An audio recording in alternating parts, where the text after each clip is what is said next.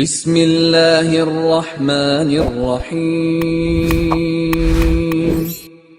السلام علیکم ورحمۃ اللہ وبرکاتہ۔ الحمد للہ وکفی وسلام علی عبادہ الذین اصطفی، اما بعد۔ حاضرین و ناظرین، یہ درس حدیث نمبر 556 ہے اور آج کا عنوان ہے ہدایت کی دعوت کا عظیم اجر اور گمراہی کی دعوت کا وبال۔ روایت سماعت کیجیے، ترجمے کے بعد تشریح کی جائے گی۔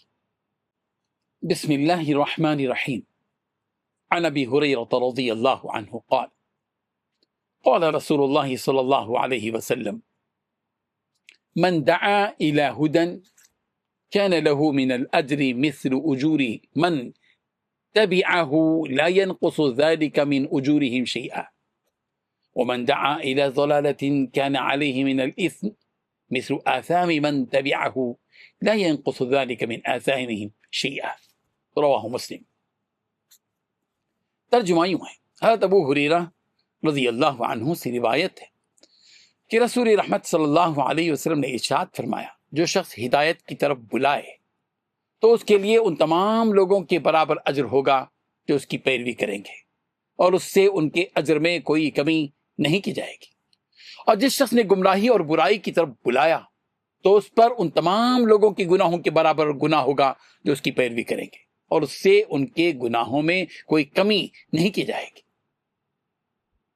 حاضرین و ناظرین، اس حدیث میں رسول رحمت صلی اللہ علیہ وسلم نے دعوت دین کی عظمت، اس کے اجر اور گمراہی کے وبال کو بیان فرمایا ہے۔ جو شخص خود نیکی کے راستے پر چلے اور دوسروں کو بھی خیر، بھلائی اور ہدایت کی طرف بلائے، ایسا داعی صرف ایک نیکی نہیں کرتا، بلکہ اس کے ذریعے جتنے لوگ ہدایت پاتے ہیں اور نیک اعمال انجام دیتے ہیں، ان سب کے برابر اجر اسے بھی عطا کیا جائے گا جس نے دعوت دی، جبکہ عمل کرنے والوں کے ثواب میں ذرہ برابر بھی کمی نہیں ہوگی۔ یہ اللہ تعالیٰ کے فضل و کرم کی بے مثال شان ہے۔ جو لوگ اخلاص کے ساتھ دین کی تعلیم دیتے ہیں، نیکی کو عام کرتے ہیں، علم پھیلاتے ہیں، بھٹکے ہوئے لوگوں کی رہنمائی کرتے ہیں اور معاشرے میں خیر و اصلاح کی کوشش کرتے ہیں، وہ در حقیقت انبیاء کرام علیہم السلام کے وارث اور ان کے مبارک مشن کے خدمت گزار ہوتے ہیں۔ اس کے برعکس جو لوگ یا جو شخص لوگوں کو بدعت، فتنہ، بیرا روی یا کسی بھی قسم کی گمراہی کی طرف بلاتا ہے، وہ صرف اپنے گناہ کا بوجھ نہیں اٹھاتا، بلکہ اس کے بہکاوے میں آ کر جو لوگ برائی اختیار کرتے ہیں ان سب کے گناہوں میں سے بھی ایک حصہ اس کے نام اعمال میں لکھا جاتا ہے، اگرچہ ان لوگوں کے اپنے گناہوں میں کوئی کمی نہیں کی جاتی۔ یہ بہت بڑی وعید ہے جو انسان کو اپنی زبان، اپنا قلم، تحریر و تقریر اور ہر قسم کے اثر و رسوخ کے استعمال کرتے وقت محتاط رہنے کی تعلیم دیتی ہے۔ آج کے دور میں سوشل میڈیا، مجلسوں، تحریروں اور مختلف ذرائع ابلاغ کے ذریعے ایک بات ہزاروں بلکہ لاکھوں لوگوں تک پہنچ جاتی ہے۔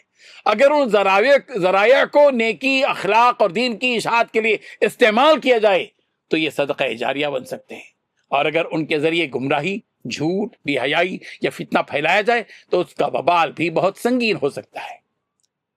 یہ حدیث ہر مسلمان کو دعوت دیتی ہے کہ اپنی زندگی کو خیر کا ذریعہ بنائے، اپنی اصلاح کے ساتھ ساتھ دوسروں کی اصلاح کی بھی فکر کرے، نیکی کو عام کرے اور اس کام سے بچے جو کسی انسان کو اللہ تعالیٰ کی نافرمانی کی طرف لے جائے، کیونکہ ایک مومن کی حقیقی کامیابی اسی میں ہے کہ وہ خود بھی ہدایت پر قائم رہے اور دوسروں کے لیے بھی ہدایت کا چراغ بن جائے۔